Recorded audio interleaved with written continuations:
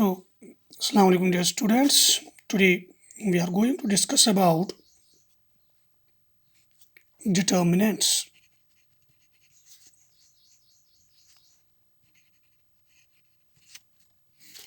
तो इस चैप्टर में हम पढ़ेंगे यहाँ पर डिटर्मिनेंट क्या होता है और इसकी properties and it is applications. ठीक है। तो एक्चुअली ये डिटर्मिनेंट क्या होता है, इसकी डेफिनेशन क्या है, व्हाट इज ए डिटर्मिनेंट। सो जैसे हमने मैट्रिसेस में पढ़ा है, मैट्रिक्स जो होती है वो एक रेक्टेंगुलर अरेंजमेंट होता है। तो उसमें एलिमेंट्स हम अरेंज करते हैं रोज एंड कॉलम्स में। लेकिन डिटर्मिनेंट एक्चुअली क्या होता है? डिटर्मिनेंट एक रियल नंबर होता है, it is a real number. So हम लिखते हैं a determinant is a real number associated with every square matrix। सो अगर हमारे पास एक स्क्वायर मैट्रिक्स है, if A is a square matrix of some order n, then its determinant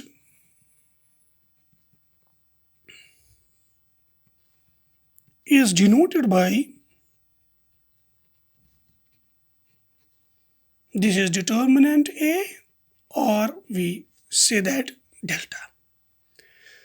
सो ये determinant इसको कैसे खोलते हैं आप देख लीजिए यहाँ पर। First of all this matrix जो है it should be a square matrix of any order. तो यहाँ पर एग्जाम्पल हम लेंगे। For example if A is equal to suppose 2, ये एक मैट्रिक्स है, इसका ऑर्डर है 1/1, then determinant of A is equal to this is determinant of 2. It is the number itself. It is the number itself. So यहाँ पर जो matrices और determinants में क्या फ़र्क है? मैट्रिसेस को हम नहीं खोल सकते हैं, वो एक रेक्टेंगुलर अरेंजमेंट होता है। लेकिन डिटर्मिनेंट जो होता है इसको खोल सकते हैं किसी भी रो और किसी भी कॉलम से। तो लास्ट में जो निकलेगा वो हमारे पास एक रियल नंबर आएगा। इसलिए हम बोलते हैं determinant is a real number, हर किसी मैट्रिक्स के साथ associated with every square matrix. ठीक है, ओके। सो इसका मतलब है यहाँ हमने सीखा है, अगर यहाँ पर हमारे पास एक सेट है, this is the set of all square matrices, suppose capital M is the set of all square matrices, और यहाँ पर हमारे पास एक सेट है, suppose it is the set of real numbers. So हर किसी जो भी हम मैट्रिक्स यहाँ पर है, A matrix, B matrix, C matrix, D matrix, जब हम किसी भी स्क्वायर मैट्रिक्स को यहाँ पर खोलते हैं तो उसका वैल्यू निकलता है एक रियल नंबर, इसमें निकलता है।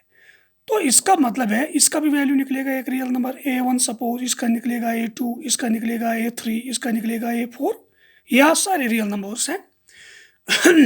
सो इसका मतलब है यहाँ पर तो एक किस्म की फंक्शन बन गई है। सो इसका मतलब हम लिख सकते हैं कि डिटर्मिनेंट जो होता है वो एक तरीके की एक फंक्शन होती है from the set of matrices capital M, लेकिन ये सारे स्क्वायर मैट्रिसेस है, to the set of real numbers. So हम यहाँ पर लिख सकते हैं नोट में लिख सकते हैं हम ए determinant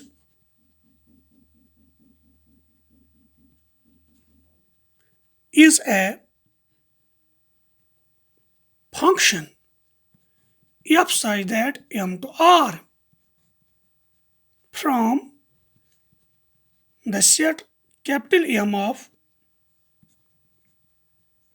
square matrices to the set of real numbers। तो हर कोई स्क्वायर मैट्रिक्स चीज़ को हम खोलेंगे तो एक रियल नंबर निकलेगा, तो हर एक स्क्वायर मैट्रिक्स के साथ एक रियल नंबर एसोसिएट होगा, तो इसका मतलब है यहाँ पर ये हमारे पास एक यहाँ पर फंक्शन बन गई है। ठीक है, ओके। तो यहाँ पर आपने देखा है determinant of a square matrix of order 1, तो हम करेंगे यहाँ पर डिटर्मिनेंट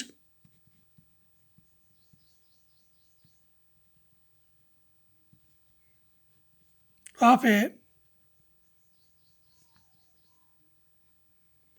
स्क्वायर मैट्रिक्स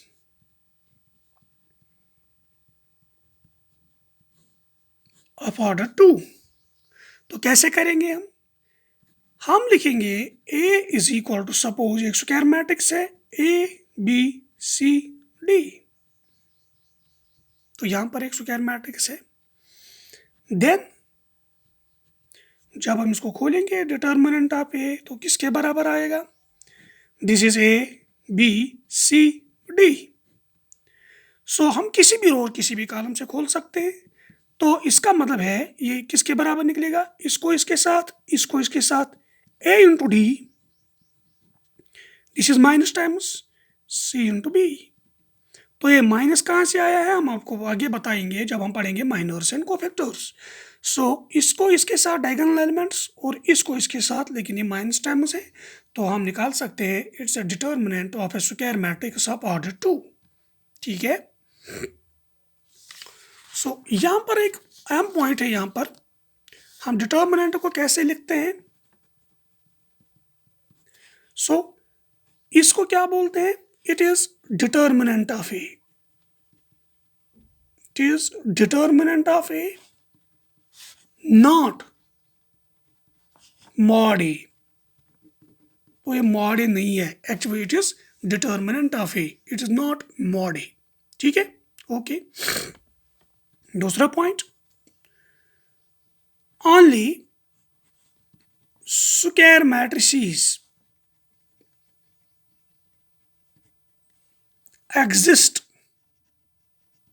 determinants।